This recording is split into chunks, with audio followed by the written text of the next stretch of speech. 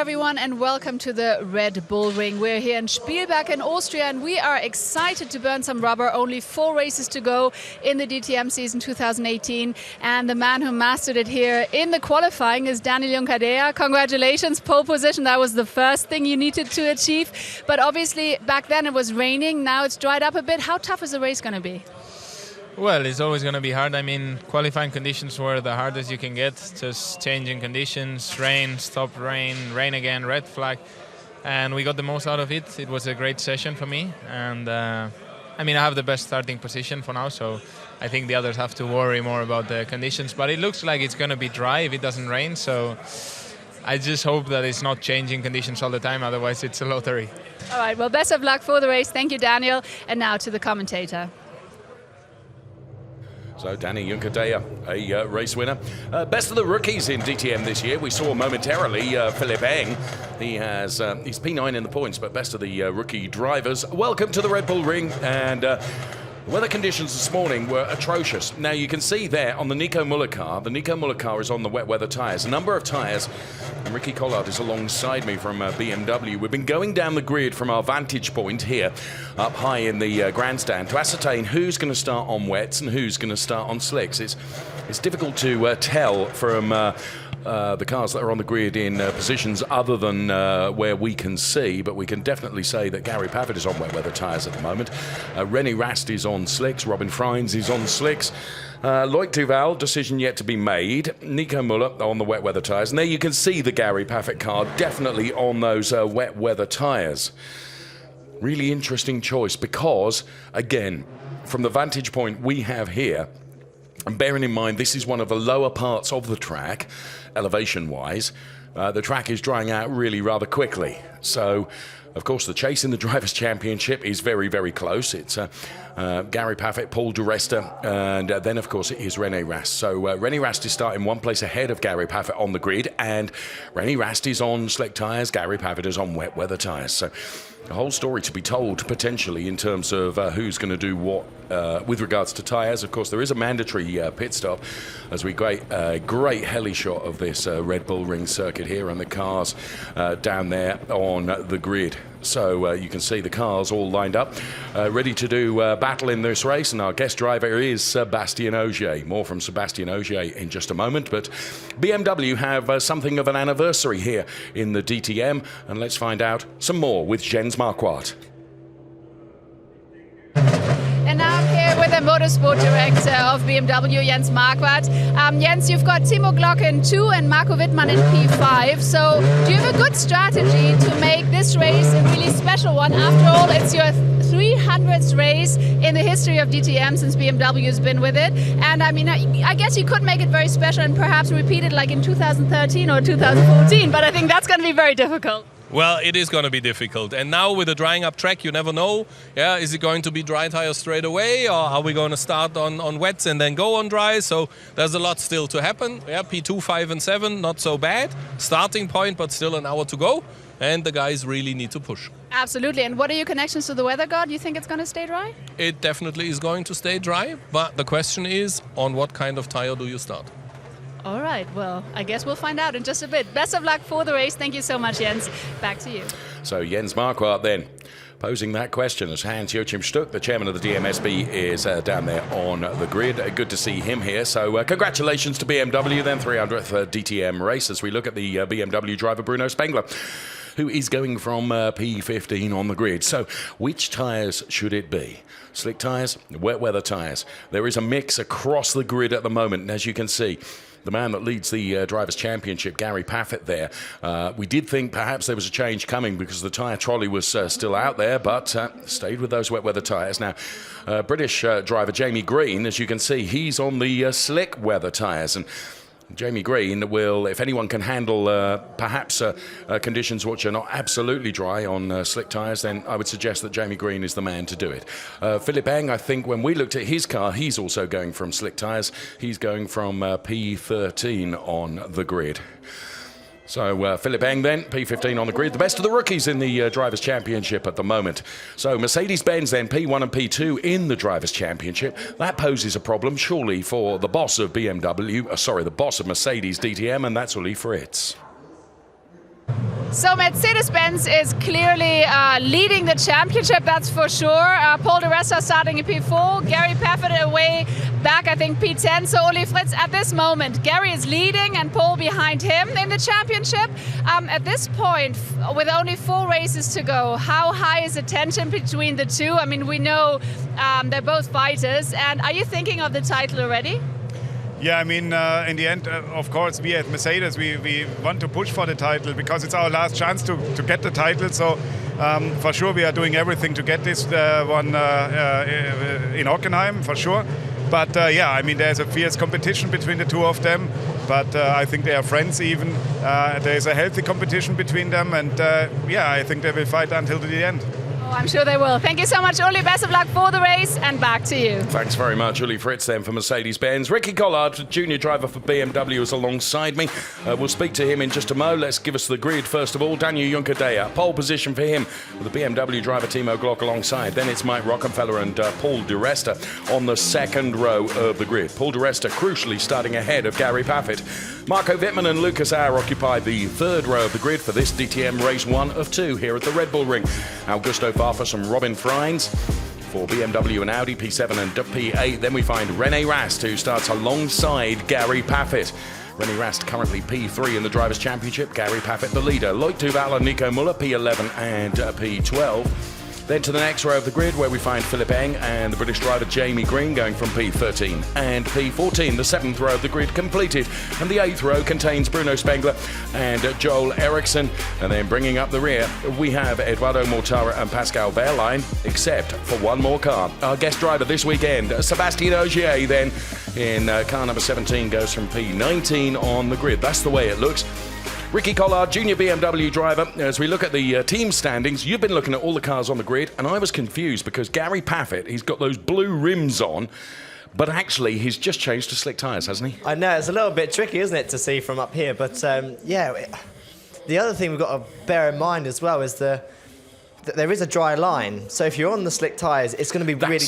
There you could just see that the outer part of the rim is blue, isn't it? Which, of course, is where ordinarily the Hankook is in blue, and that's what tells us it's wet weather tyres. But we look at René Rast now. So, sorry, you were saying there is a dry line. He tricked us, didn't he? He did a bit. But no, if you're looking as well, René Rast is on the drier side of the track, so again, we haven't got tyre warmers, so it's going to be so difficult to get these cars off the line. Okay. Especially if you're on the wet side, which Gary and all the guys with the odd numbers, or the even numbers, sorry, are going to be starting on the inside. All the guys with the odd numbers will be making the good starts. And one person, just to point out, who I think would be a bullet off the start, is our guest driver, Sébastien Ogier. Yeah, you mentioned that earlier on. Another one that could be a bullet, who, insofar as I can see, as we look at Augusto Farfus going from P7 on the grid, the only one that I can see from our vantage point here on wet weather tyres is Gerhard Berger there, the chairman of the ITR and chairman of the DTM, is in conversation with the Audi Motorsport boss, Dieter Gas. The only one that I can see on wet weather tyres, Ricky, is Joel Eriksson. Yes, from up here, I don't know about the other two. No, we can't see, can we? One person, like I say, that would be so interested to see if he's on the slick tyres would be Ogier, because he won't be afraid if the car starts to move around, and he won't feel, so... Intimidated. Intimidated. That's probably the best word to say. Yeah, intimidated is what these other guys feel with the sort of the background of downforce, whereas he doesn't have that. But again, it'd be interesting to see if Joel is on these wet tyres. He's got to make hay while the sun shines, and well, it's only going to be for a few laps, isn't it? I would suggest. And, with wet weather tyres, you always have to look for the damp parts of the track to keep the tyres in their operating window, don't you? Yeah, so he'll obviously be trying to, on the straights, cool the tyres down as much as possible. But again, he'll have the grip at the start, so he is going to go in front of the rest of the field maybe at the start, but... may well drop back. Okay, We're looking at Paul di Resta, who, of course, is chasing Gary Paffett in the Drivers' Championship, and there is Mike Rockenfeller, who did a great job in qualifying, back to point for taking that... P3 place. There is Mike Rockenfeller then. What can he do from P3 on the grid? And he is definitely on those slick weather tyres. Stand by, because the start of this DTM race is not far away. 55 minutes plus one lap of race action to come.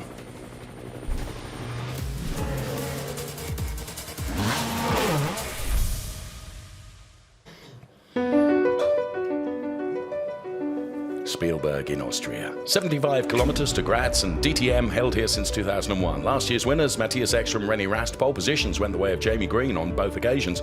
Audi by far and away the most successful brand here in the DTM, and the architecture and the natural landscape beauty of the Styrian Mountains is something to be admired. Whether it's raining or the sun is shining, it is an absolutely phenomenal place.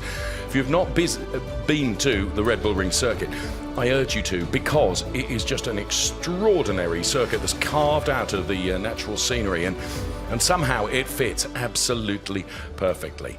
And the guest driver for this weekend is Sébastien Ogier, Ricky Collard alongside me, the junior BMW driver. Now, when it comes to the name Collard, sideways driving is sort of synonymous with the name Collard, isn't it? And if anyone can drive sideways, Sébastien Ogier, as you say, he's not going to be afraid of that car moving around, as we look at Timo Glock now going from P2 on the grid. Timo has done a good job in qualifying, hasn't he? And in the early part of the season, Ricky, I'd have said he's a potential shoe-in for the Drivers' Championship. Absolutely, he's always there or thereabouts, and it's a shame. It's going to be very difficult now. He's going to have to rely on maybe an accident between the other guys to have a shot now at the championship, but he's trying his best to keep his championship hopes alive, and a P2 was a very solid effort, and with the conditions being like this, anything can happen. Danny Juncadella surprised us in the UK by taking his maiden DTM win, got that monkey off his back, if you like, and here we are at the Red Bull Ring. A very, very different circuit to the Brands Hatch GP layout, and he's gone and banked a pole position, a 10th ahead of Timo Glock. So great driving from Danny Juncadella, who he's another one of these drivers, Ricky. On his day, he's brilliant. Not on his day, he's there or thereabouts, but, just that little tenth of brilliance sometimes comes. Here comes the driver standings. Look how close it is at the top. 206 points, 204. René Rast on 149. None of the top three in the Drivers' Championship, in fact, none of the top five even, got those valuable points that can be gleaned from qualifying. So it hasn't affected the top of the Drivers' Championship. But Danny Juncadella, of course, not in contention for the Drivers' Championship, but he's got Paul di Resta only 2 or 3 places behind him. Paul di Resta just 2 points behind Gary Paffett. They are mates, as Uli Fritz told us earlier on. When it comes to being mates and winning the Drivers' Championship, there ain't no mates, is there, Ricky? I don't think there is. I think, obviously, they boys have got to be sensible, and they can't do anything that's going to affect the championship for the team, but Gary will obviously be hoping that he can't get past, that Paul doesn't get past Danny so quickly, but then at the same time, Paul will be wanting to get past him to put a buffer in for Gary, so then he can try and walk away with the lead of the championship this weekend. But in the meantime, what we're losing sight of here is Danny Juncadella is going to say, no way, I'm winning this race, chaps. He's not going to gift it, is he? That's what he wants to do. I think he's fully focused on trying to win this race, and too right to him, and good luck, and be interesting to see now how he goes, because, like I say, him on his day, he's untouchable. This grid lineup here, as we look at the grid, now the inside line going into turn number 1 is actually P2 on the grid and P2 back, isn't it? You can see Timo Glock's car there. So what Danny Juncadella needs to do is get the momentum going up the hill, and it's not until you start to go up this hill you realise just how blooming steep it is going into turn number 1. Absolutely, and you can brake so late as a driver. You come in there, and because of the hill going up, you can brake. You think, okay, I've got to brake now, but you can actually brake another 5 metres after, and it's so frustrating as a driver when you do that, as the engines now start. But again, you then have the opposite effect when you come back down the hill into turn 3, and you then end up locking fronts. And again, with the cold tyres, being a little bit damp on the inside of the track, guys going for lunges, they've got to be careful they don't snatch that inside front tyre. Right, from our investigatory work across the grid, from our position up high in the main grandstand here, Ricky Collard alongside me, we've looked at just about all the cars that we can see within our vantage point, and with the exception of Joel Eriksson, we can't see any others on wet weather tyres. The tarmac, as you look at it now, is definitely drying. There's no question about that, as we get a shot of the car there through the reflection in the windows. There is Timo Glock then. He's going to be a difficult one. If he gets a blistering start, watch out Danny Juncadella, because once Timo Glock gets his nose in front, boy, he's going to be hard to get. He's going to be hard to get by. Mike Rockefeller in with a shout as well. There you can see.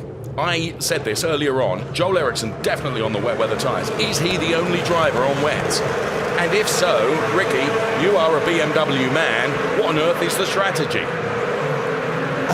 put you on the spot. I really don't know, but I've just seen he hasn't done as big a burnout as the guys on slick tyres. But who knows? It'll be amazing if it works for him. Well, but this could be this maybe inexperience of being a rookie, that he doesn't have the experience compared to the other guys, as we now see the. He's got to go from P16 all the way up the order on those wet weather tyres, and he's going to have to do it in the early laps, because it's only in the early laps. We can't speak for what the conditions are like on the uppermost parts of the track, but there is Sébastien Ogier, our guest driver, then wearing the livery that indicates the 30 years of Mercedes-Benz in the DTM, of course, and that's the Remus turn, which is turn number 3. Always used to be turn number 2, but now they've declared that the sort of kink in the middle of it is turn number 2. So this is turn number 3, where, again, you're going uphill, and you can see some fantastic moves going on there. And then on the run down to the Rast turn, which is turn number 4, which is where Danny Juncadella is heading right now with Timo Glock right behind him. And you can see there visibly, Ricky, that there is definitely a dry line already, isn't there? And you can also see as well, like you say, these little lines that we keep an eye out for on the display. Well, that is where the drivers are locking up. And I've already seen it, and I think we've seen it in Formula 3, we've seen it already today. It's so easy just to snatch a front there because it goes so off camber. Okay. But this is going to be an important warm-up lap, and the guys are going to have to be really working. Look at the amount of lock he's using there just to try and get some kind of front temperature. And also his left foot, because every driver employs this left foot braking technique, don't they? But his driver is constantly on the brake pedal as well, because that's generating temperature into those tyres, isn't it, Ricky? Absolutely. You can get surface temperature from weaving, but it's almost like you want to imagine it as the Great British Bake Off, and you want to have a perfect bun, and if you crisp the top and then have a soggy inside, it's never going to work. But you want to cook the inside of it and still have a crispy top, and that's what the brakes are doing. The brakes are just creating the core temperature, which when they're then sat there, then radiates off us. We're having a nightmare in the commentary booth. The exclusive revelation on air is that Ricky Collard is a chef. The British Bake Off. Mary Berry would be perfect at making tyres. Let's do to gas then inside the Audi garages. Oh, stand by, Danish on its way. Danny Juncadella then on his way to the grid. So too Timo Glock, Mike Rockefeller, Paul di Resta starting ahead of Gary Pavitt, of course. Then his two-time DTM champion Marco Wittmann, the local boy Lucas Auer. We've not mentioned him.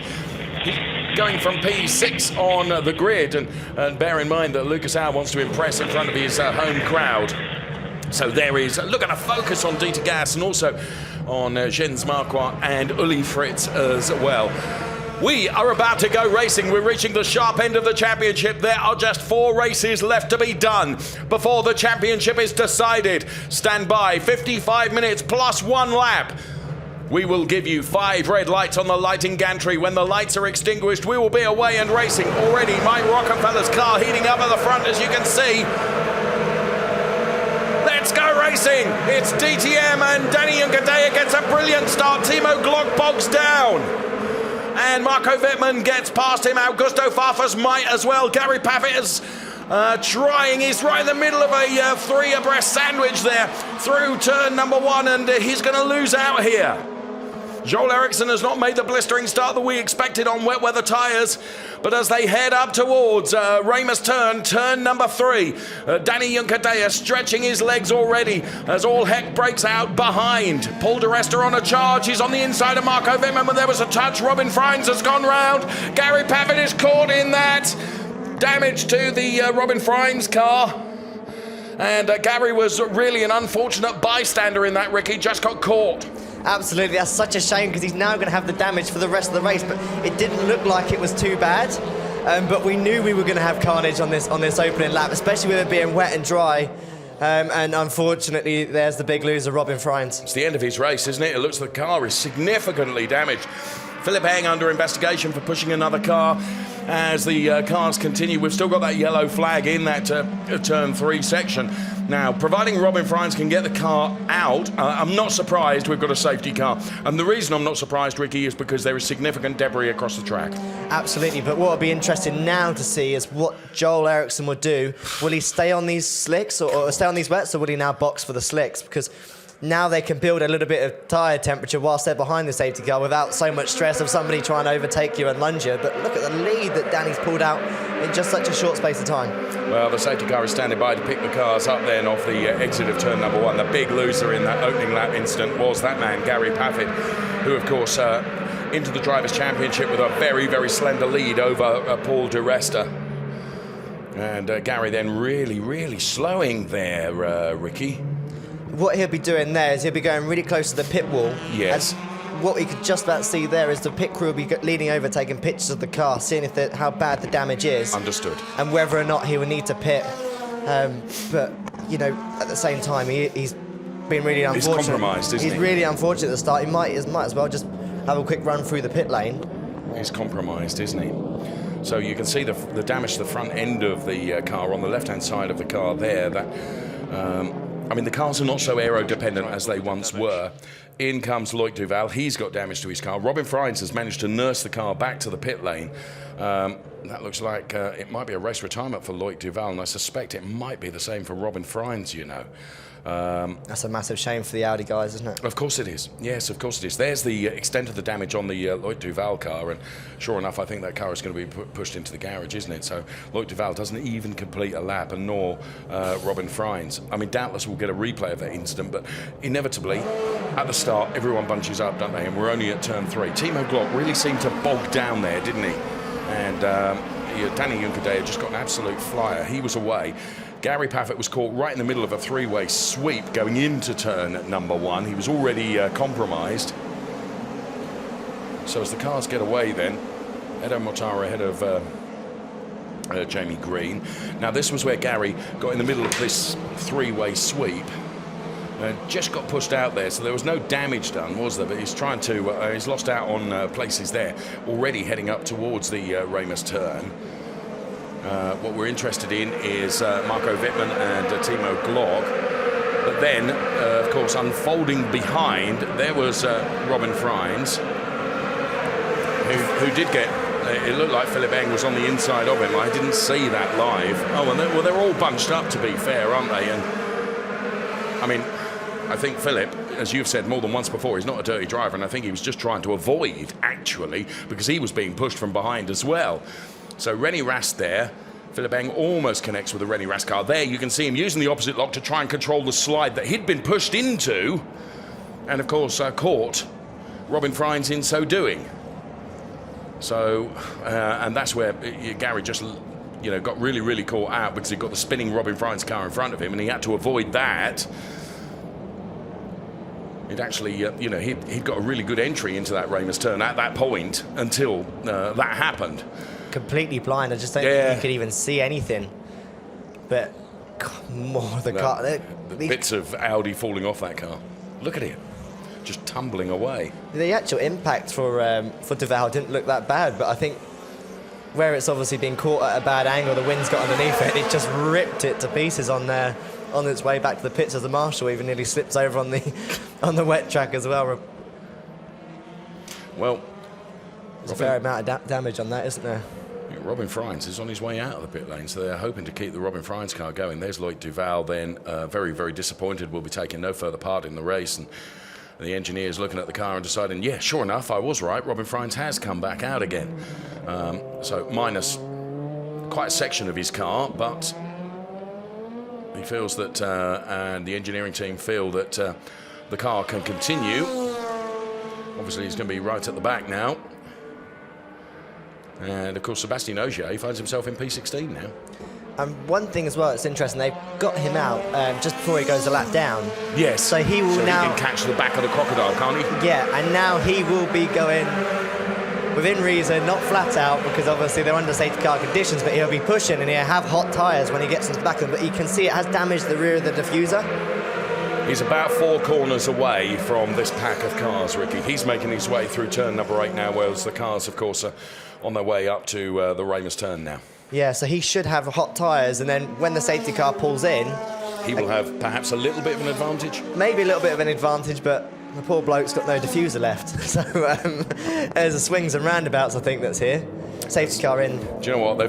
I don't think it's done. I don't think it's been engineered, but actually, this has worked out perfectly for him. Potentially, he's got to get his toe down. He's just come past us here on the commentary booth at the start-finish line. But this is interesting. In the weather conditions the way they are, no Indy restart, so the cars will not be going side by side. So they'll be one by one as the safety car pulls into the pit lane, and then the race will restart. So Danny Juncadella from Mike Rockenfeller, Timo Glock, Augusto Farfus, Marco Wittmann, Paul di Resta, Lucas Au, René Rast and Nico Müller. Interesting as well, Gary never pitted under the safety car. So obviously that little bit of damage that is there on the front. Yeah, as you say, you picked up on the fact that he ran right close to the pit wall to allow the engineers to have a look at that car to see what the extent of the damage was. And also surprises me is Joel Eriksson perhaps didn't come. Yeah, that's interesting, isn't it? I definitely would have thought that he obviously feels that the wet tyres are going to work. Well, maybe so. Fair play, good luck, mate. So, safety car coming in this lap then. It's the responsibility of Danny Juncadella then to control the pace of this restart. What he can do, he can, once he accelerates, he has to stay accelerated. You can't accelerate and then slow down and then accelerate again. As he makes his way into the final turn now, he does get going again, so Danny Juncadella will cross the timing line and the race will restart. So it's Juncadella from Mike Rockenfeller from Timo Glock, relegated right at the start of the race. Then it's Augusto Farfus, P4, Marco Wittmann, Paul di Resta, Lucas Au, René Rast and Nico Müller ahead of Philipp Eng then as they make their way through turn number 1. Now Mike Rockenfeller's on a bit of a charge here towards Danny Juncadella as they make their way up towards the Ramus turn through that kink, which is turn number 2. Mike Rockenfeller to the outside of Danny Juncadella. Danny Juncadella puts his car in the middle of the track quite deliberately, but look at the traction Rocky has got out of the back of that turn. And he just sweeps past Danny Juncadella. Juncadella just had nothing to defend there. Mike Rockenfeller puts himself in the lead of the race. That was a great overtake, Ricky. He read him like a book there. He knew that he was going to go in and try and run him wide, and Rocky timed that switchback to perfection. And what a great drive out the corner. But now it's going to be interesting to see as the BMW boys are also thinking that they want a bit of the action as well. Yes, of course. So Augusto Farfus then chasing down Timo Glock. Timo Glock currently in P3. Danny Juncadella relegated to P2. The new leader of the race is Mike Rockenfeller in the Audi then, car number 99 then, who's already stretching his legs ahead of Danny Juncadella in that P2 place. So Mike Rockenfeller then with a perfectly executed move around the Ramus turn then, turn number 3. Danny Juncadella runs just a little bit wide. We'll keep our eyes on René Rast as well. He's the one that's got to try and get up the order with regards to the championship points. Paul di Resta at the moment is in the gun position, isn't he? Because Paul di Resta is running in P6 at the moment. Gary Pavitt, of course, is out of the points. René Rast is P8. So on board with Marco Wittmann. Now it's this kink here to the left-hand side that is considered turn number 2 as they make their way up towards turn number 3 now. And Mike Rockenfeller already has put himself 9/10 ahead of Danny Juncadella. So what he wants to do is get himself out of that DRS window. Loic Duval sadly didn't even complete a lap of the race, and he's with Verena now. Very unfortunate for Loic Duval, you didn't even complete the first lap. What exactly happened? You got in a very tricky situation. Yeah, I mean, as you can expect, in those conditions, there is only one dry line. I mean, arriving in turn 3 in front of me, I think Robin spun. He had a contact with someone else, and he came back on track. I tried to slow down, but unfortunately, it was also the guys behind which were keep pushing me, and I had nowhere to go. I mean, I was kind of squeezed in a sandwich, between all the guys, and nowhere to go. So then I did hit the Robin, and unfortunately the car was way too damaged to be able to continue. Very unfortunate, but thank you very much, Loic. Back to you. Thanks very much, and well done for getting hold of Loic Duval so quickly. Clearly very disappointed, and as he says, he was just it was an unfortunate circumstance that caused Loic Duval to be out of the race. Mike Rockenfeller is leading it, and as they cross the timing line now, interestingly, the gap has maintained at 9/10, and Danny Juncadella actually was marginally quicker than Mike Rockenfeller last time around. So Philipp Eng there really having to almost drift the car through turn number 1. Mike Rockenfeller leading from Danny Juncadella, then it's Timo Glock. We're on board with Gary Pavitt now. Pavitt is chasing down, of course, the guest driver, Sébastien Ogier, who's running in P15. And here comes Joel Eriksson then, and the tyre choice Perhaps a wrong one, and the slick tyres going on to the Joel Eriksson car. This is mandatory pit stop as the team goes to work on the Joel Eriksson car. 6.5 seconds. He's on his way out the pit lane now. And Gary Paffett all over the back of Sébastien Ogier as Robin Freins is getting ever closer to Gary Paffett as well. Of course, Sébastien Ogier is a guest in the DTM this weekend. He runs out wide. That should allow the inside to Gary Paffett, who should be able to go through. But actually, all of a sudden, Sébastien Ogier closes the door, doesn't he? And Gary has to work very, very hard here to try and get past that guest driver. Sébastien Ogier, supremely successful driver, of course, but his first outing for proper in a DTM race car. And Paffett really fighting with the car now. And whilst Paffett has got to think about trying to get past Sébastien Ogier ahead of him, he doesn't want to leave himself, Ricky, vulnerable to Robin Freins, who's right behind him. Absolutely not. He's not making it easy for him, is he? He's really having to push. Be interested to see if he can get a good run out this corner onto the start-finish straight. But I guess that's because of the conditions. I think Gary wants to get past. And there you go. Sébastien pulls over to the inside now. Well, apologies if there was any bad language on that team radio. Didn't hear it particularly well, but Gary does manage to get past Sébastien Ogier now, and Robin Freins will also try and do the same. And Robin Freins in the Audi, Sébastien Ogier then, look at the focus and concentration on Sébastien Ogier's face then as he drives that Mercedes-Benz. He looks to see where Robin Freins is. Of course, he's in his own race, and Robin Freins then to the inside of Sébastien Ogier. Take that, he says. And actually, Ogier might get better traction off that corner, and they might go side by side, and Sébastien Ogier stays ahead of him. So Robin Freins' great plan there, Ricky, actually didn't work, did it? He's got a trick up the book, hasn't he? He kind of knew that he had the exit room there, but I think there might have been a small lock-up if we have another little look at that, which cost them both to go wide. But Ogier's getting involved, isn't he? Yeah, he is. So, Rocky is leading, but the lead is coming down. It's down to 8/10 now between himself and Danny Juncadella, so this isn't all over yet. Timo Glock still P3, then it's Farfus, Wittmann, Di Resta is P6, then it's Lucas Au, René Rast, Nico Müller, Philipp Eng. And still, you can see Robin Freins is still behind Sébastien Ogier. This is the battle that's going on for P16. But there, centre of your picture, is the Paul Di Resta car. Running safely in the points in P6, which is absolutely critical. Lucas Au is tracking him, and of course Paul Di Resta is trying to get on terms with Augusto Farfus ahead of him. Wonder whether they will bring the Paul Di Resta car in sooner rather than later to try and get the undercut on the Augusto Farfus car. Maybe. All sorts of strategies will be looked at and being worked upon, and data being collected, and predictions as well. But of course, Paul Di Resta definitely in that championship fight going into this race, just a couple of points behind Gary Paffett. So Lucas Au then running in P7. And Marco Wittmann then trying to get on terms with Timo Glock. Augusto Farfus is P5. Wittmann therefore P4, and the top three, Rocky, Juncadella and Timo Glock. So here is where Marco Wittmann got past Augusto Farfus to put himself up into that P4 position. We didn't see that live, but we saw it in replay. So Marco Wittmann on a bit of a charge here, and to try and get on terms with Timo Glock. So 8/10 the margin between Mike Rockefeller and Danny Juncadella. We've still got 40 minutes of the race, plus a lap to do, so still plenty of time for lots to change. Joel Eriksson, the only driver that has pitted so far. We're on board with René Rast, who of course is lurking not far behind Paul Di Resta. And of course, René Rast needs to bank as many points as is possible to keep himself in that championship chase. Going into this race, it was feasible that Paffett could have won the championship this weekend, but he would have had to have taken both pole positions, won both races, and for Paul Di Resta not to bank any points at all. So it was pretty unlikely. But I think, if my calculations are correct, that could have been a possibility. I think Paul must have heard you, because I think that's what he's trying to do now.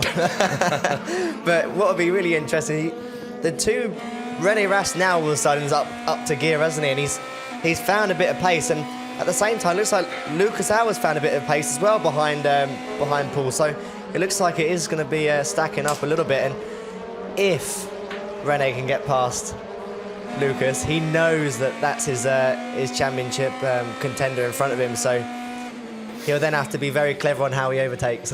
René Rast is definitely on the back foot, isn't he? Because he's some points behind. But for Paul Di Resta, it's the perfect scenario in that he's got Lucas Au protecting him almost, hasn't he? A brand mate behind him. Absolutely. It's like seeing when you get one of your best mates behind you, and and I'm sure he's going to be saying on the radio that he needs to be protected, and I think that Lucas understands that, but at the same time... He's in front of his home audience, isn't he? Exactly, he's at his home race with his home fans. Yes. And fair play, he's sticking in there, and saying what we were speaking about at the start of the race with Danny is that gap's just sort of going from about 9 tenths to 8 tenths every other lap, so... Yeah, I think they're all out there for themselves. They're all racing drivers. Of course they are. Yeah, of course they are. So we're on board with Gary Paffett then, who is P15, and he's some way behind Jamie Green, it has to be said as well. So he is trying very, very hard, but he's got an awful lot of work to do in this race. But Mike Rockefeller leading by 9 tenths over Danny Juncadella. Then it's Timo Glock and Marco Wittmann. Gap back from Glock to Wittmann is 1.3, so Wittmann was still some work to do, and Augusto Farfus has stuck with him. Wittmann did get past Augusto Farfus. Then it's that battle for Paul de Resta and Lucas Auer. There is our race leader at the start of the race, but now finds himself in P2. Daniel Juncadella got a brilliant start. The one that didn't get a brilliant start and really surprised me was Timo Glock, but he's still in the podium place at the moment, P3. Still a lot of the race to come, though. 37 and a quarter minutes, plus a lap, and of course, every one of the 19 drivers, bar one, has got to stop for their mandatory stop. What amazes me, Ricky, is with the amount of rain that came down this morning, how very, very quickly, relatively, because the ambient temperature's not good, the track really has dried out quite quickly, more so than I expected. Absolutely, and even in qualifying we had the same sort of story. Obviously we had that little bit of a heavy shower then towards the end of qualifying, but this track dries extremely quickly as now see Philipp Eng going from the outside to the inside. I love that splitter cam as Philipp Eng just absolutely just goes past Bruno Spengler as if he's not there. Extraordinary overtake there by Philipp Eng, and Pascal Wehrlein tries to follow suit, but not quite so easy as Bruno Spengler makes it more difficult, of course.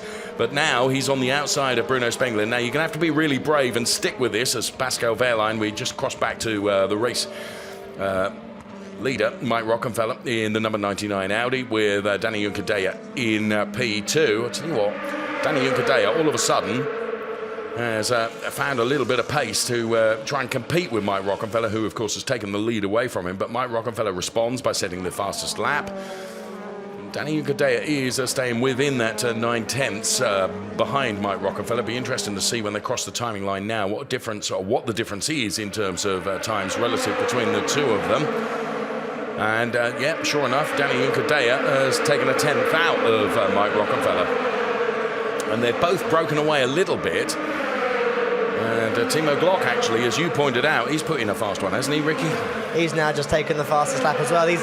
These two have got a lot of pace at the moment over the rest of the field, and they are starting to sort of make their own little battlers. We see Spengler now coming for a pit stop. So, tyre change for Bruno Spengler. So the ghost is free, This mandatory pit stop. 6.1. Very quick. Now, what was the number that me and you at Nürburgring? 7.2. Was it? Nearly a second quick, well, over a second quicker. So that was a good job. But this is where it's going to be so difficult. And one thing the drivers have got to be so careful of, as he accelerates now and comes up through the gears, you can see the rear of the car snaking, is not to be a wally and go into the wall. Well, I'll tell you what. It's so difficult. I said earlier on that is soaking it's wet. So narrow. That pit exit seems so narrow. The Armco either side of that, as you say, you get the back drifting out there and you just clatter into the Armco. You would, well, I'm sure it has happened, but... It has happened. It's happened to a lot of people, and yeah, he doesn't want to make that mistake as he doesn't because he's got the experience, but now it'd be interesting to see with these... How difficult is it going to be, Ricky, forgive me interrupting you, to warm the tyres, which are cold, they're not pre-warmed, how difficult it's going to be with the ambient temperature and track temperature so much lower than ordinarily. It's going to take a while to get that tyre up to temperature, isn't it?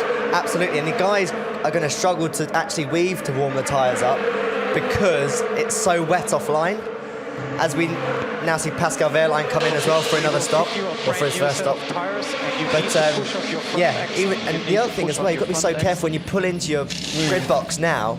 The grid box obviously isn't warm and it isn't perfectly dry. The mechanics do the best job they can to try and dry them. And they do. We see them out there with dryers, don't we? But, I mean, goodness me, you can remember what happened at Budapest. Let's not talk about that. But, exactly, that isn't going to happen here, as we can see. But So difficult. This is one of the most difficult challenges for the drivers, is not only getting out the pits, but also with the cold tyres on a wet and damp track. Yeah.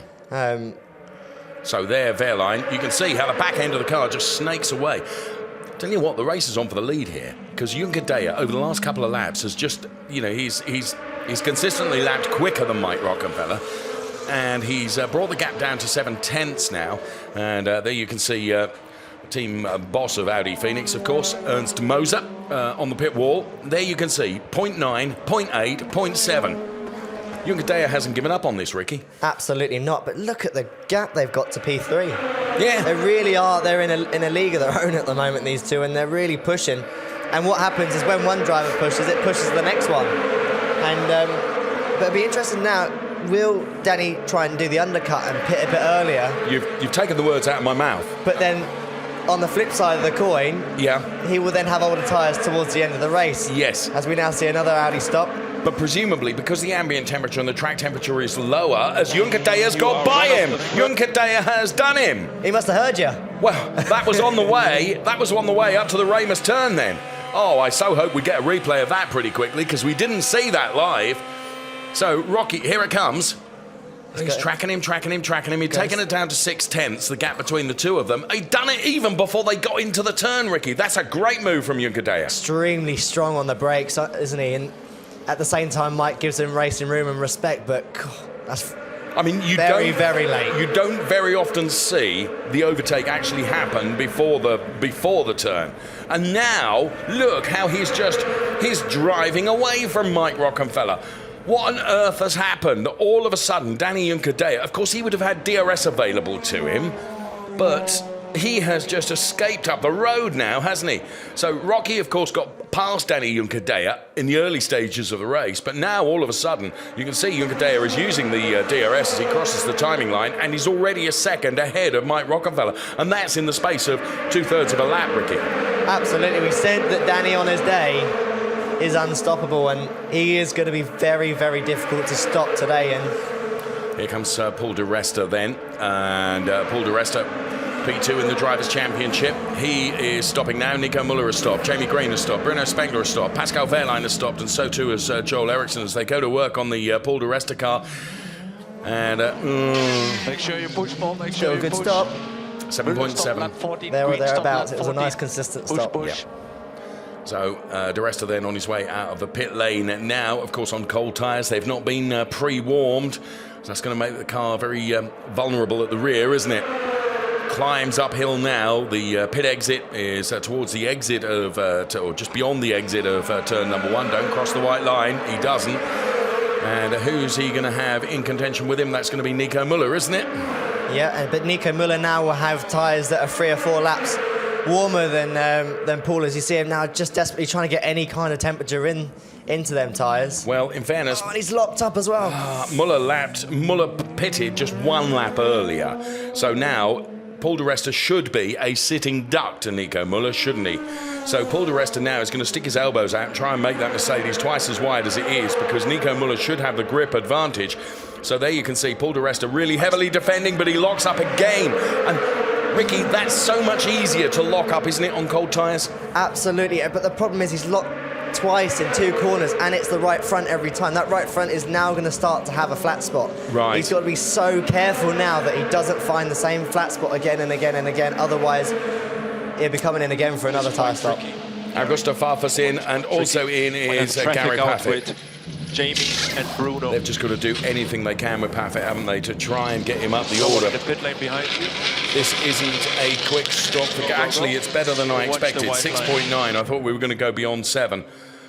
So Paffett on his way down the pit lane now. He has got real work to do, hasn't he? Having been compromised by that Robin Freins incident very early on, the opening lap of the race when the safety car was called for. He just got caught out good and proper there. So Paffett on his way out of the pit lane. Look at Nico Muller. He's just walked past Paul di Resta, hasn't he? And has opened up a gap of many, many car lengths. And I think that Augusto is going to be in trouble in a minute because, again, we're going to have the same story where Nico's going to be on these warmer tyres compared to Augusto as he's trying to warm them up as much as he can. Yeah. But they can only warm in that small little corridor of dry track. They can't use the whole of the track. Yes, because you would go off the grippy part, wouldn't you? Yeah, just got to be so careful as well not to lock up. But there's a bunch of them now coming in for some pit stops. Here comes Mike Rockenfeller. Then it's going to be an important stop. Timo Glock also coming in. Also coming in is Marco Wittmann and René Rast. Oh, Rocky is out. And okay, Rocky, do a proper warm-up. 6.6, then it's all about respectable time. Rast 7.2. And here is Timo Glock then. One car, yeah. Go. Oh, he's out ahead of René Rast then. And oh! Just enough room. Yeah. It's close. I'm sure René won't be particularly happy about that, but these guys are really going to look at the He's almost pushing him. in. He's almost pushing him up the pit lane, isn't he, René Rast? This is going to be an epic battle, but they've got to be so careful as well not to cross that white line as they leave. And look at the traffic coming up, what will be coming up behind them. You've got Augusto Farfus, Nico Müller and Paul di Resta. Take your seats. So Timo Glock, Marco Wittmann just taking a look at the outside of Timo Glock. Glock may run wide here. Does he lock up? No. Wily, sensible, old hand, isn't he? Back end of the car steps out a little bit. René Rast tries to get to the inside of Marco Wittmann, but was denied.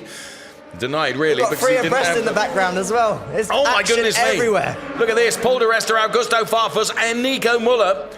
They are, as you say, three abreast. So di Resta on Augusto Farfus, now Nico Müller. Wow. This is great racing, isn't it? And they're all going to be, Timo Glock's going to be like corking a bottle here, isn't he? Because the tyres are still not quite up to temperature, Ricky. Yeah, and look at the speed of Nico Müller as he catches onto the back of Rast. And at the same time, Rast is going to be saying, come on, mate, I've got to fight for a championship here, but Paul di Resta can see that Rast has now jumped him in the stop, so Paul's got to get his... That just played right into the hands of René Rast, didn't it? They've done a fantastic job with the strategy.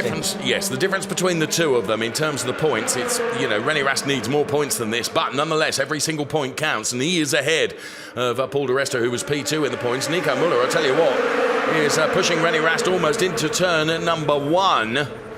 So as they head up towards turn number 1, René Rast then, P3 in the Drivers' Championship, is ahead of Paul di Resta now. Gary Pavitt, of course, is mired down there in P15. He's going into this race, the leader of the Drivers' Championship. Timo Glock has been relatively untroubled by Marco Wittmann in the lap needed to warm his tyres up. So Glock, Wittmann... as you can see him, he's just locked up and gone wide. That was commentator's curse on Timo Glock, wasn't it? That's such a shame, but now he's really got to fight to get back to the inside. But Nico's got him, hasn't he? Nico's got him, and again, that puts another space between Rast and Paul. But Paul's also going to... another lock-up. Oh, so this is going from bad to worse for Timo now, isn't it? That was your fault. I think you're probably right. I will apologise to Timo over that. So, no ice creams for you, mate. In comes Danny Juncadella then. Now... all the Danny time, Juncadella. Just to say, all the time these guys are fighting and battling, it's giving the guys in front more time to get away. Right, in comes Philipp Eng. What's going to be interesting is Danny Juncadella is on his way out of the pit lane now. So as they go to work on the Philipp Eng car, Danny Juncadella, now, bearing in mind, Danny Juncadella is going to be on cold tyres now.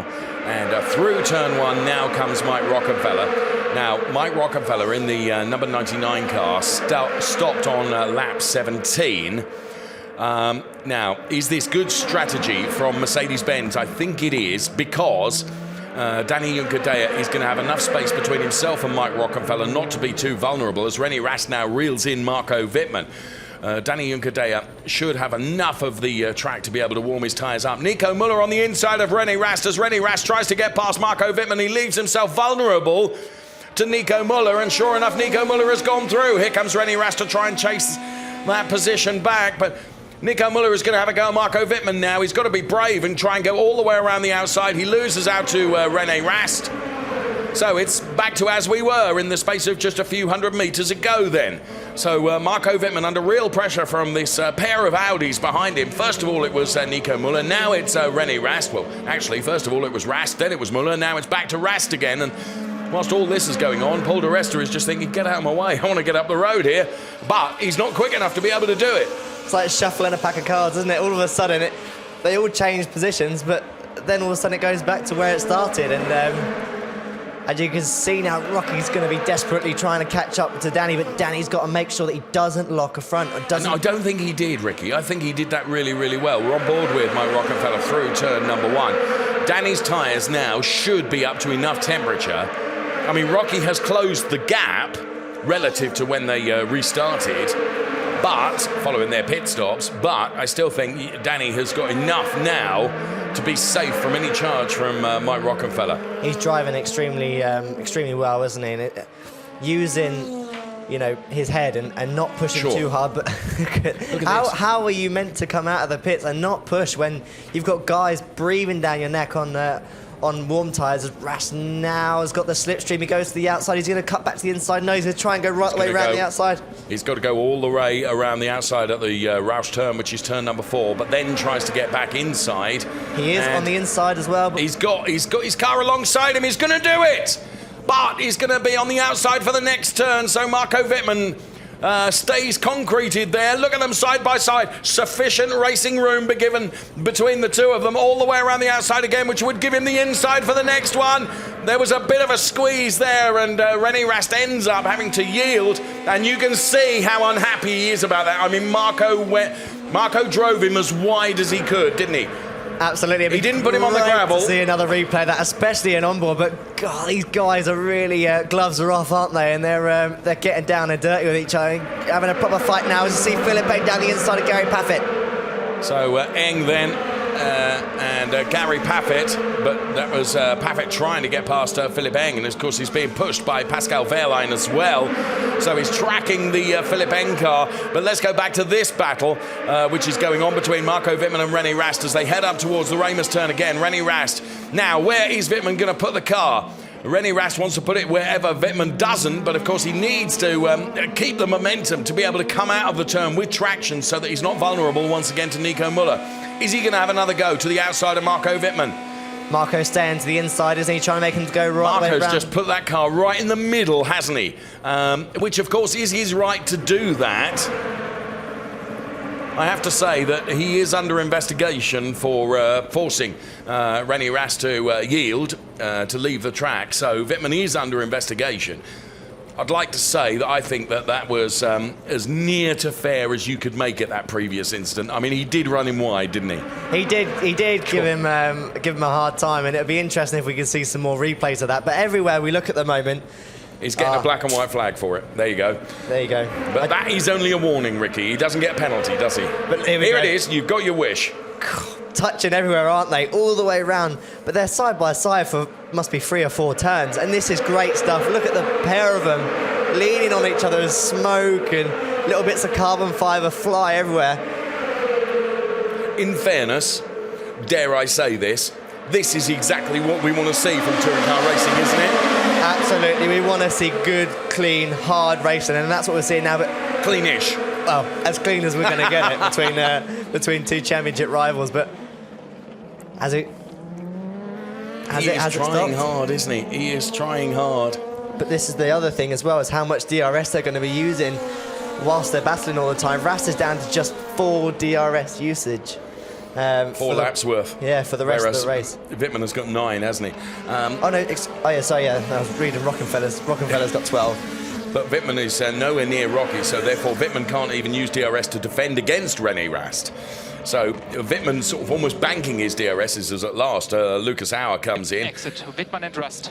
The only ones that we haven't seen in yet, I think, Edo Mortara and Sébastien Ogier. Maybe Robin France as well. So they go to work on the Lucas Auer car. That is not a good stop, Ricky. Not the smoothest of pit stops, was it? But it'd be interesting now to see whereabouts he's going to come out, as that gaggle of cars now just coming through the final turn. I think they should probably just about clear him. Yeah, I think you're right. They're going to have enough speed, aren't they? Yeah, there they come. The angry pack of wasps. So Lucas making his way out of the pit lane, don't cross the white line. Whoa, he got very close in the middle part there, but yeah, sure enough, he's behind Augusto Farfus, isn't he? So Jamie Green should be able to reel him in and get past him without too much trouble. For the moment, Marco Wittmann is able to breathe a sigh of relief because the charge from René Rast has gone away for now. Timo Glock, in the meantime, is going to try and make up for earlier problems that he had, and he has got the DRS open, but so too has Paul di Resta. And that negates the benefit you have, doesn't it, when a driver ahead of you can use it in defence? It does, and it's obviously quite frustrating because you're both using your DRS, but you're gaining nothing. Yeah, you're gaining nothing essentially. But no, I don't think that battle's over at all, as we now see Eduardo Montara now come in for a pit stop as well. So Edo then in car number 48, he comes in for his pit stop. Edo Montara then, as we run the clock on his car to see how quickly the team can deal with this pit stop for Edo. 8.2, that wasn't a brilliant one either.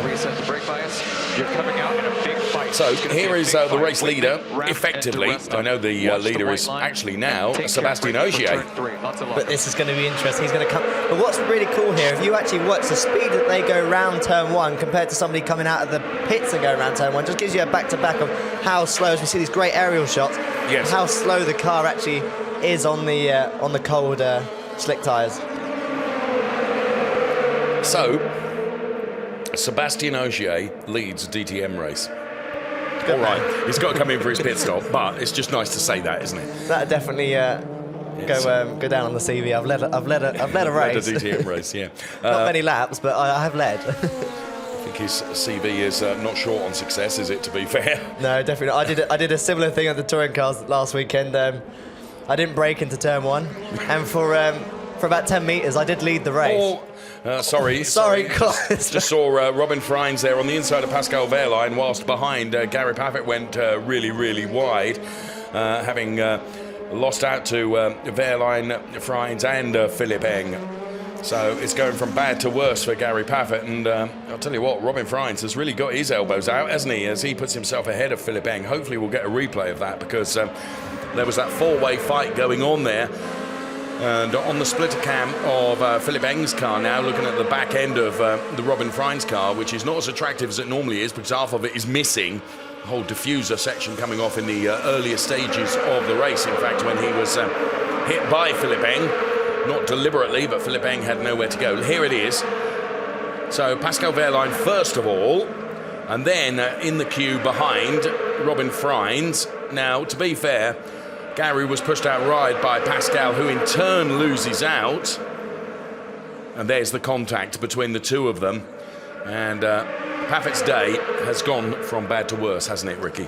Yeah, he's. This has not been a day to remember, I don't think, for poor old Gary. But look at how Robin, because the contact on the exit of the corner, that actually then allowed Robin to get down the inside. So by Pascal pushing Gary out, it kind of almost backfired on him a little bit as Robin then made haste while the sun shined and got down the inside. Yes. Luke Sauer being chased by Edo Mortara, and in the live championship, this is the way it would look. Look, 2:112 to 2:06 to 1:61, if it stays the way it is at the moment. Because René Rast is in P5. Can René Rast get ahead of Marco Wittmann? If you'd have asked us that 3 or 4 laps ago, we'd have said yes. But now, Wittmann appears to be managing that gap very well. Can Paul di Resta get ahead of Nico Müller? Don't think so at the moment. But we've still got 15 minutes of the race to go, plus a lap, as in comes Sébastien Ogier now from the lead of the race.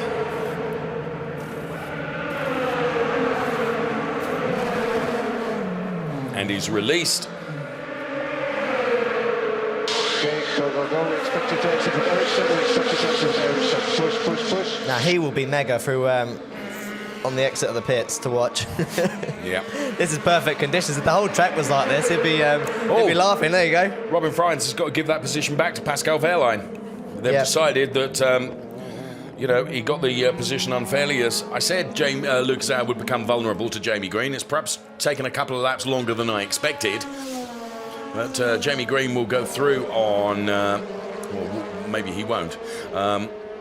Robin Fry's being given a black and white flag warning for forcing another car off the track. So Jamie Green and Lucas Auer are fighting here. So Green was ahead of Auer. Auer is now ahead of Green. Here is Danny Juncadella leading the race, and leading the race by 2.1 seconds over Mike Rockenfeller. It's a remarkable gap that he's got. It will be his second win in DTM this year if it stays this way. And bearing in mind, he had to come back from P2 because Rocky had got past him earlier on in the race. But now, all of a sudden, Juncadella just seems to have the measure of the track, the measure of the car, and he's not being troubled at all. And there's Marco Wittmann, who also seems to have the measure of René Rast now in that P3 place. So it's Juncadella, Rockenfeller, Wittmann, Rast. I just wonder whether René Rast is just holding on to everything here, because although actually the graphics on the left-hand side of the screen would indicate not, because he's got only 3 laps of DRS left. Here comes Edo Mortara now on Jamie Green. Jamie Green on the outside of the Ramus turn then is almost defenceless to the DRS-enabled Edo Mortara, who goes through on the inside. So that will drop Jamie Green out of the points and down to P11 as Edo Mortara now occupies that P10 place. The order is Juncadella, Rockenfeller, Wittmann, Rast, Muller, De Resta, Glock, Farfus, and then it's Lucas Auer and Edo Mortara. We're on board with René Rast then. And over the last 3 laps, you can see, although we have a yellow flag through turn 3 section, you can see how much gap Wittmann has been able to pull over René Rast. So do we stay with the yellow flag in turn 3? This is Sébastien Ogier, which was the cause of the yellow flag, I suspect. Well, for all us saying how good is sideways driving, he's on the grass, bless him. Must have got a little bit confused. he did get it back pointing in the right direction again, didn't he? So Sébastien Ogier then. Oh, it's all kicking off here, isn't it? Look, Philipp Eng, Pascal Wehrlein, also in the mix. There is Robin Frijns, Bruno Spengler, and of course at the back of them is Gary Paffett as well. So 1, 2, 3, 4, 5 cars here behind Pascal Wehrlein. On the splitter cam then, as they all head up towards the Ramus turn where it could all go horribly wrong. Bruno Spengler, Gary Paffett on the inside of Bruno Spengler goes through, anticipated perfectly where Bruno Spengler was going to put the car, and Paffett took advantage of that, and now moves himself up into that P15 position.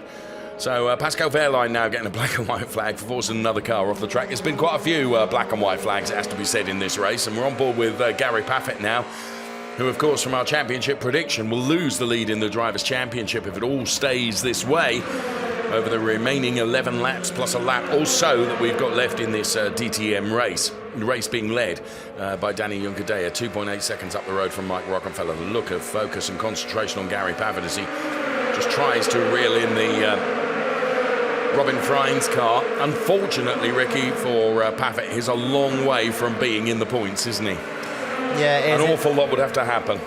It's, I can say, it just hasn't been his day today, and you know, it is a massive shame. But either way, we've been given such great racing and so many close battles. And like I say, as we're approaching sort of the last final 10 minutes plus 1 lap, yeah, there's still quite a decent amount of DRS for the rest of the field to use, and be interesting to see. I think, like I say, I think René is maybe holding his chickens back and going to release them all at once, because he is waiting and waiting, and I think that it will come. And I think Marco is not naive. He knows it's going to be coming. Box of chickens. Yeah. In the car. Okay. Release the chickens. Right. More horses, more power. So René Rast then is, according to my learned friend alongside me, is going to be doing something over the remaining 9.5 minutes to try and reel in Marco Wittmann. But Marco Wittmann, as you say, he's not naive. He knows when he has to defend, and he will. And of course, Rast is being pushed all the way by Nico Muller. But Rast is in that P4 position at the moment. Paul De Resta is P6. So both of them banking valuable points in terms of the Drivers' Championship. Has to be said, we've still got Another 3 races to come before the end and the conclusion of the championship for this season. So still a lot of racing, still a lot of points to be awarded. It's not over by any means as Timo Glock runs the car across the curbs there. Timo Glock running in P7. Augusto Farfus and Lucas Auer's on a bit of a charge here from, he's in P9 at the moment, but he's beginning to reel in Augusto Farfus. There's just 6/10 between the two of them. The gap between Wittmann and Rast then, 0.4, 0.5, 0.6. And Bruno Spengler is coming into the pit lane. We can just see that from our commentary booth position. Here comes Lucas Auer on Augusto Farfus as Bruno Spengler retires the car. So Lucas Auer then was on Augusto Farfus as we cross to that picture of Bruno Spengler. So whether Lucas Auer is able to get past Augusto Farfus, not at the moment, but he's pushing really, really hard. It's the fight that's going on for P8 in the race. We're keeping our eyes on... well, that is Danny Juncadella, but before that it was Mike Rockenfeller. Danny Juncadella is 2.9 seconds to the good on Mike Rockenfeller. Lucas Auer trying to wrestle away that P8 place from Augusto Farfus. We're on board with Mike Rockenfeller, the Audi driver, now in pursuit of this man, Danny Juncadella, but 2.8 seconds is an awful lot to gain in the 7.5 minutes we've got, plus 1 lap remaining. Here he comes. You said it, he's releasing his chickens. And René Rast is trying to reel in Marco Wittmann. He's running out of DRS laps, though. Lucas Auer now on the inside of Augusto Farfus should go through. Sure enough, he does. He's been a few turns trying to get past Augusto Farfus, and Lucas Auer now does find himself in that P8 position. Here comes Rast then. On the outside of Marco Wittmann. Marco Wittmann, oh, he's making that very... And look, and they're both vulnerable to Paul di Resta. This is the worst possible news for René Rast, who, of course, wants to be ahead of Paul di Resta. And to be fair, Marco, really ran him out wide a bit, didn't he? And that has brought him vulnerable to Nico Müller, vulnerable to Paul di Resta. All of them fighting over this final podium place. Di Resta could end up with a podium here, Ricky. But the two championship rivals are probably going to be side by side in a minute as Nico Müller and Paul di Resta run side by side. But has he got enough to get his nose in front? Nearly. I'll tell you what, there's no team orders. He's now run wide as well. There's no team orders from Audi, is there? Because otherwise Nico Müller would have just yielded to René Rast. He said, no thanks, I'm having some of this. So the big winner in all of this is Marco Wittmann. He's just able to get up the road, isn't he? Because they're all scrapping behind, and Lucas Auer is about to join that party as well. We've still got 6.5 minutes left. Brilliant. We've got almost a 6-way fight going on for the final podium place. Here comes Lucas Auer on René Rast. Edo Mortara's not far behind neither. So Lucas Auer almost getting past René Rast. So they go through turn number 1, head up towards the kink, which is turn number 2, as Timo Glock is off. So Timo Glock is out. Now, where is that car situated on the track? I think that would be a safety car. It's... God, that would be interesting, wouldn't it? Well, it would, poor Danny will be gutted. DRS has been disabled, and you're right. Safety car is out. Safety car is out. Here we go. It's going to be a dash to the line. What's that expression you use? Ding, ding, ding. Ding, ding, ding. Here we go. And the gloves will be off. The gloves will be off, and we're going to expect an absolute fight. So, ladies and gentlemen, take your seats because... I wonder what's happened to Glock's car. Unlucky for Timo, but he's... Oh, he's just shrugging his shoulders. Look, something has happened. Now, that's on the entry to turn 16, isn't it? The final turn? No. Yeah, I think it is. I think you're correct because it...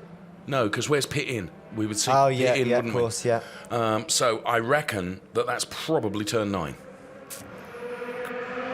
Well, let's see. Well, this in replay was Rast and Wittmann. And, I mean, to be fair to Marco, he just put his car where he needed to, didn't he?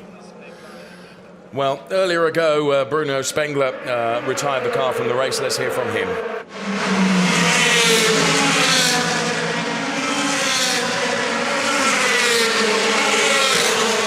I've got Bruno Spengler here. Bruno, what exactly happened that you had to retire your car? The problem is, in the beginning of the race, after the start, there was a contact at turn 3 with a lot of cars, and my car from there on was quite a bit broken. And then when I was going over a curb a bit later in the race, it broke even more. So, yeah, the strategy was right. I think we stopped at the right moment. We made some gain. But unfortunately, the car was so destroyed that it was destroying the tires as well. So the more I was driving, the worse it was getting. The car was pulling to the left also on the braking, so I didn't know if something was gonna break at some point or not. So it was more safe to come in because the car was totally broken. Very unfortunate. Thank you very much, Bruno. And back to you. Thanks very much. So Bruno Spengler suffering with damage to the car then. White line. You need to catch the rest of the pack. You need to push. I think a lot of them will be suffering with damage out there for the last 5 minutes, but they've got to hold on. This could be a real fight to the finish, couldn't it? We saw the Timo Glock car being taken up. What do you reckon was wrong with that, Ricky? Did you spot anything whilst we were hearing from Farina? I think he was having a barbecue. Do you see all the flames that were coming, coming off the exhaust? I don't think that that was running on all six cylinders, but now, are we going to have a side-by-side? We are. We're going to have an Indy restart this time. This is gloves off, isn't it? What have we got left? Mate, this is mega. 3 minutes plus 1 lap. This is going to be 2, maybe 3 laps. Oh, this is going to be something special, isn't it? Juncker is going to be vulnerable here.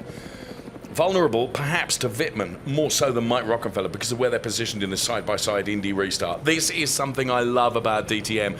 Talk about bringing the excitement back into racing again. When is Danny Juncker going to go for it? He is controlling the pace. Look how bunched up they are. All going into turn number 1. Juncker gives it a footfall now as we get this restart underway. Wittmann actually loses out. There was my prediction that Wittmann was going to be the big winner. Look at René Rast all the way around the outside. He could be P3 before this turn is into P4. Paul di Resta gets run out wide. He's on the inside of Marco Wittmann now. So, also in the mix is Jamie Green, Augusto Farfus. Danny Juncker did a brilliant job, to be fair, and has got away nicely as they all bunch up through the Ramus turn. He's had a small lock up there, which just pushed him wide, but he's just about managed to keep his nose in front. I thought for a second then that Muller would have it. Jamie Green is really doing well here. He's fighting with Edo Mortara now. So as they head into turn number 4, a bit of a lock up there as I think it's Philipp Eng. As Gary Paffett then has got Robin Freins ahead of him, but here's Juncker, here's Rocky, there is Nico Muller. So as the cars all snake downhill now, carrying the additional momentum from the Indy restart, it is Danny Juncker P1, Mike Rockefeller P2, but Nico Muller is P3, and Wittmann, and well, you can see that René Rast and Paul di Resta, and now the cork in the bottle is Marco Wittmann, isn't it? And there's contact there, which just pushed them both wide a little bit, but now more contact. So, going through, Jamie Green, Lucas Sauer. Now Edo Mortara on the inside. Pascal Wehrlein is going to go very, very inside. This is so close. 4 abreast if Philipp can get in the inside there. Oh, and Pascal Wehrlein runned out wide. And just almost touches the back end of the Marco Wittmann car. He's got Augusto Farfus alongside him now. Edo Mortara, bits flying off his car. He's being tracked by Philipp Eng. Gary Paffett with sparks coming off the front end of his car. So Edo Mortara, Philipp Eng side by side. These two are having a great battle, aren't they? Marco Wittmann now back on the inside again with bits flailing on his car. I mean, this could not be closer or tighter in DTM. 5 cars all going into turn number 4, being joined now by Gary Paffett. Look at them. Absolutely fighting for every centimetre of tarmac. Pascal Wehrlein, the big loser in that. So, Philipp Eng now ahead, and here comes Sébastien Ogier on the inside of Gary Paffett. He's the man on the mission, isn't he? Sébastien Ogier goes through now. Philipp Eng, Marco Wittmann, Edo Mortara, Augusto Farfus. The clock has run out. I've lost sight of the fact that we're nearly out of racing now. My goodness me, how tight was that? Absolutely brilliant stuff. So, as they head across the timing line now, by my reckoning, Danny Juncker he's got at least a second ahead of Mike Rockefeller. It's 1.2, actually. Danny Juncker gets a drive-through penalty for jumping the restart, presumably. So that means the race leader is Mike Rockenfeller. This is the last lap. It's going to be Rocky Muller, and René Rast will be P3. An Audi 1, 2, 3, and before we were going into Oh this my weekend, you were saying goodness. it was Audi's most successsul track, and somehow, I don't know how, but Ogier's back on the grass Back again. on the grass again. Mate, get on the track. It's quicker. And Gary should go through on him here. Danny Juncadella with a drive-through penalty. Bet that will be appealed, because of course he can't take the drive-through penalty. There's not enough laps in the race left because we're on the last lap. That means Mike Rockenfeller is going to be the race winner with Nico Muller P2, but René Rast will be P3. Now, in the interest of points haul, because Rast is ahead of Paul di Resta, is Nico Muller all of a sudden going to have a problem? Look at that! Look at that! So, René Rast goes through on Nico Muller. And look for the drag for the start-finish line, and who's going to take the win? Well, Danny Juncadella takes the win on paper, but it's going to be René Rast from Mike Rockenfeller and Nico Muller. What a championship, and these guys all three abreast as they go across the start-finish line. Hundreds and thousands of seconds separating the cars. Do you know what? I could see it coming for Muller. I couldn't see it coming for Rocky. Cool. Well, there we have it then. René How Rast. have they done that? René Rast is the race winner from Mike Rockenfeller and Nico Muller, because Danny Juncadella getting a drive-through penalty. Danny Juncadella will be utterly livid, I'm sure. I mean, in fairness, as we saw the restart, it looked good for Juncadella, but actually, of course, they have to stay side by side, don't they? And Juncadella, obviously, before they crossed the line, was ahead. And that's what did for him. Absolutely, there'd definitely be an appeal that would go on, but I didn't see anything that was particularly... See, I saw this. I didn't see the fact that Mike Rockenfeller yielded as well. And sure enough, Rast goes through and takes the win. And where was Paul di Resta? P4. Yeah, here's the onboard shot. Yep. Well, it definitely owes him a couple of ice creams and maybe even a beer as well, because that was proper teamwork there to help him out. And look at the Audi guys, absolutely ecstatic, aren't they? Well, P1, 2, and 3, come what may, you know, with regards to the race. I mean, it's race 17 winner René Rast. Then he's doing his best to keep hold of the championship, isn't he? He's taken the fight all the way, isn't he? 3 in a row. 3 in a row. He would have called me mad before Nürburgring when I said that this man is special and he can deliver something incredible. But you've got to feel sorry for Danny, haven't we? Well, you know, I didn't see anything. Here it is. Here it is. So they're absolutely side by side. This is on the exit of the turn, isn't it?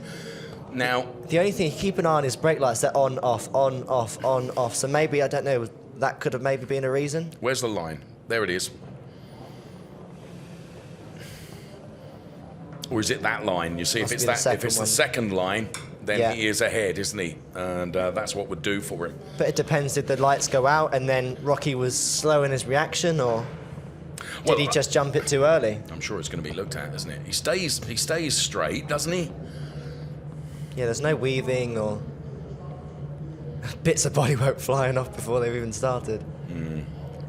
I'll tell you what, it's a very close one, isn't it? But, you know, in fairness, got a feel for him. In fairness, Race Control have got much more information available to them than we have. Yeah. In terms of angles and data and such like, and they've made the decision. So there we are. I think there might be Mercedes might have something to say about it. René Rast, though, gets out of the car. I'll tell you what, Mr. Collard, we didn't have a lot of time for breaths there, did we? There was so much going on in that race throughout the race. That was a very calm celebration, wasn't it? Just yeah, cheers, mate. But at the same time, I think he understands that his teammates helped him out as well. And as a driver, you know, actually, do you feel you've been in this situation, haven't you? You know, if you don't win it in real terms, you know, do you feel deflated a little bit? I think, yeah, it's at the end of the day, it's still a race win for him, and it still puts him in contention with the championship. And the other thing, a 1, 2, 3 for Audi, it's fantastic, isn't it? Confirmation of the result then, Rast taking the win from Rockefeller, Muller. Then it was De Resta, Jamie Green, look, P5. Lucas Auer, Marco Wittmann, Philipp Eng, Edo Mortara, Augusto Farfus, ahead of Gary Paffett, look, just out of the points, P11. Then it was Robin Frein, Sébastien Ogier, Pascal Wehrlein, Danny Unkadea with that drive-through penalty, so the time has been added to Danny Unkadea. Then it's Joel Eriksson, and of course we lost Timo Glock, Bruno Spengler, and Loic Duval. One thing we like in motor racing, drama. We got plenty of that. There's plenty of drama in. There was more drama in this than an episode of EastEnders. So I knew you were going to say that. I knew it. What was that in your... Right. Look at that for a championship. In the drivers' closing points up now, 216 to 206 to 174. And there's still plenty of points up for grabs. It's still a big gap, isn't it? It's an absolutely monstrous mountain of points that he needs to find. But slowly but surely, he's unstoppable at the moment. That's 3 out of 3. So an Audi clean sweep, 1, 2, 3 then in this race. And there you can see Arno Zenzen, team boss of Audi Sport Team Rosberg. And so those 3 drivers be heading up to the podium after the photographs. And there, 3, because of course it's 3 wins back to back, isn't it, for René Rast. So Rast, Rockefeller, and Nico Müller. Let's hear from our race winner. Wow, what a phenomenal job, René. I mean, that's truly amazing, from 9 to victory and then the 3rd victory in the row. So how happy are you right now? Obviously, it doesn't really feel like a proper victory. I mean, it was a tough race. I had a fight with Marco. I wasn't very clean. I lost a lot of positions due to that. In the end, I mean, I won the race, but obviously Mike and Nico did an outstanding race today. You know, they helped me a little bit in terms of championship. Now it's getting very close and we are still fighting for the championship. I think 25 points, helping quite nicely for the championship. So thanks a lot to both of them. They deserved the victory today. Well, congratulations to you. All right, thank you very much, and back to you. Very humble of him, because he's right, isn't he? But nonetheless, every point counts, and it is the championship that is within sight, potentially. And Paul de Resta, of course, bagged that P4. Gary Paffett, though, just out of the points, P11. So, you see almost disappointment in the step, can't you? So, what a day for Audi. And there is Paul de Resta. It was a hard physical race, that's for sure, for everybody. No question about that. Dieter Gas there, to the right-hand side of your picture. To the left-hand side of your picture is Ernst Moser. Very good day for Audi. Lucas Auer to the left of your picture there. And just coming into shot is Paul de Resta and Gary Paffett. So Rast, Rockefeller, Muller, the drivers that we'll be seeing up on the podium, which is being readied as we speak. P13, incidentally, for Sébastien Ogier.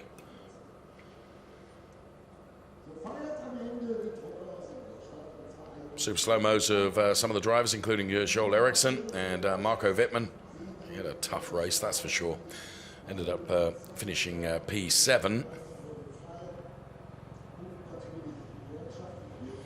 And some of the more dramatic shots that we can bring you.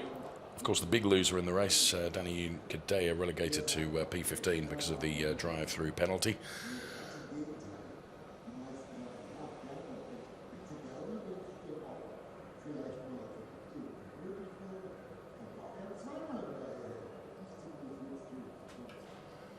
So the backdrop then of the low cloud around the mountains here at the Red Bull Ring. Super slow-mos of the top 3. Nico Müller, P3.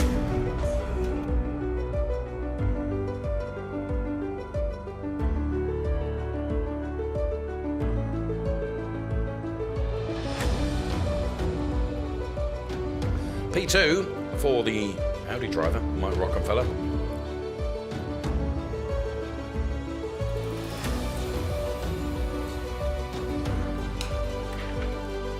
And P1 by a few hundred metres for René Rast, who banks his 3rd win in a row. Still P3 in the Drivers' Championship, but a lot closer to P2 and P1 than he was banking of those 25 points, really very, very crucial indeed. So all three Audi drivers there who are about to take to the podium.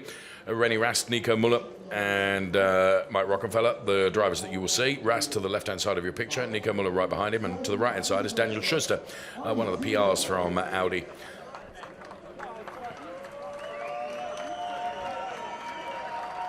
So René Rast, somewhat typically, I have to say, Ricky Collard was very humble in saying, you know, it was down to Mike and to Nico. You know, they did help him, didn't they? No question. But that's what racing is. It is a team sport, and you know, the team was there to help him out today, and you know, he understands that and he appreciates it, and that's what he said. He respects that the other two helped him out as much as they could today. But I think it's fair to say if the shoe were upon the other foot, yeah, they would get the help from him, wouldn't they? Well, you'd hope so. Yeah, no, there's no question about that. No question. Definitely. So we await Nico Müller then. Makes his way onto the podium and stand by, national anthem to play out, and then of course the podium ceremony with the trophies handed out. So another clean sweep for Audi here at the Red Bull Ring as the national anthem will play out now for René Rast.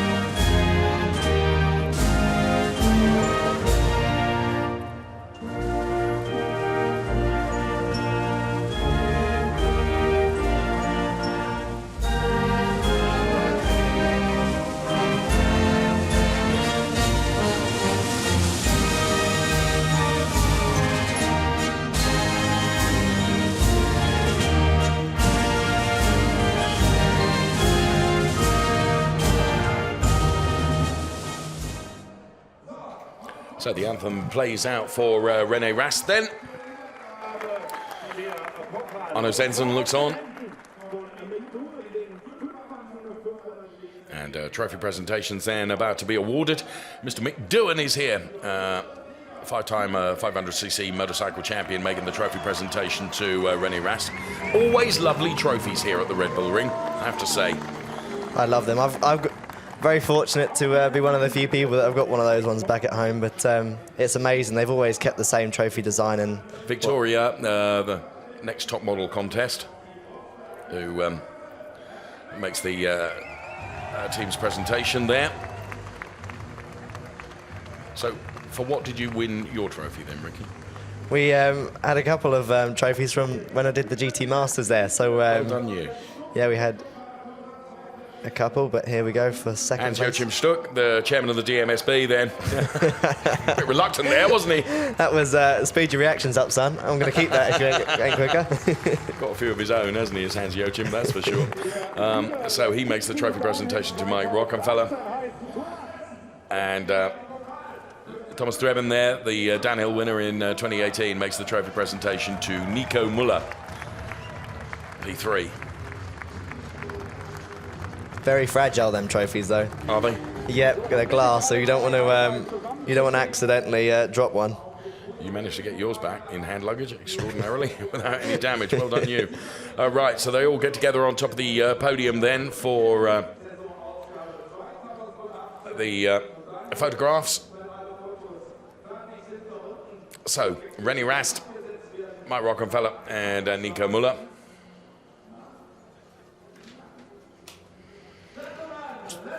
So, time for the champagne now. Nico Müller is probably the most lively with it. I don't know, I think... Well, maybe not. I got that wrong. He's having a good time. So, what I will say is, in changeable conditions, weather... Well, not changeable today, was it? Because it ended up being fairly stable with the track drying. We are expecting a dry day tomorrow.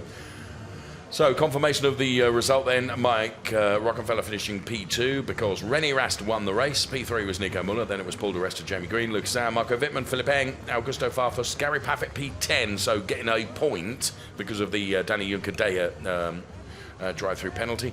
Then it was Robin Freins, Sébastien Ogier, Pascal Wehrlein, Danny Juncadella relegated to P14.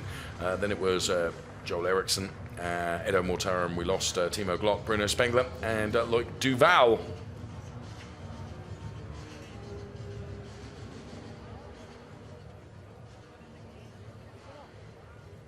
So, in the drivers' standings, 216 to Paul de Resta, 207 to Gary Paffett, 174 to René Rast. It's far from all over yet, Ricky. Absolutely. I think, well, how many points? We've still got 75 points up on offer. Yes, indeed we do. Plus the quali points. Let's, before we talk about that, hear from our P2 driver, Mike Rockefeller. I'm here with Rocky. Second podium this season and a fantastic second place. And I guess at this point in the championship, it's okay to help a colleague. Oh, for sure. I mean, obviously, you always want to win. It's not that easy, you know, in DTM to get victories. And probably was my best chance today for this year. But it's tough to give it away in a way. But, you know, it was clear and I mean, what I mean is tough is emotionally you want to win and, you know, for the guys and everyone. But, you know, at the end of the year, it's only René driving really for the championship. It's our only little chance we have. And we said before the weekend, from now on, we give it all. And I think we did it really perfect. We executed really well. So not much to say. I think a good day for Audi and hopefully, yeah, he gets now more close in the championship. We got 3 more races, so we'll see. And I guess it's nice 3 Audi guys standing up on the podium. Yeah, for sure it's great. I mean, for me, you know, after such a difficult year, you know, Hockenheim was great. First race weekend, I had a great battle and finished second.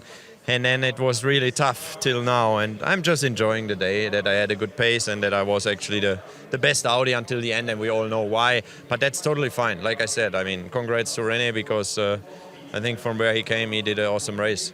Let's see what tomorrow brings. Thank you so much, Rocky. Back to you. Thanks very much. Well, there's no hiding it, Ricky, and it would be futile to try and hide it, wouldn't it? But I think Mike and Nico as well, you know,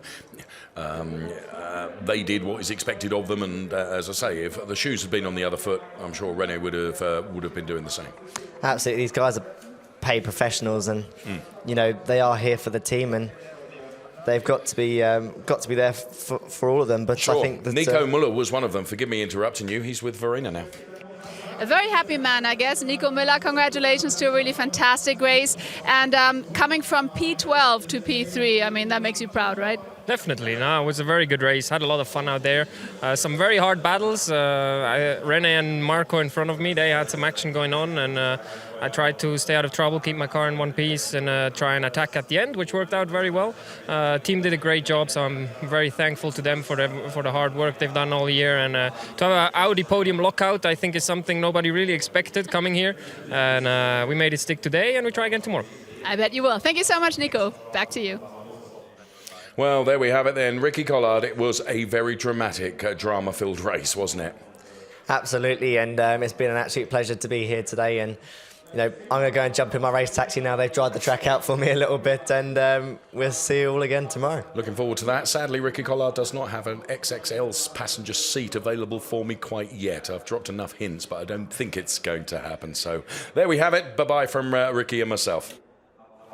What a phenomenal qualifying. Who would have guessed? 3 Audis here on the podium. So that was a very, very exciting qualifying. And I'm sure tomorrow is going to be really exciting as well. So make sure not to miss tomorrow. And for now, here are the highlights of today. Bye-bye.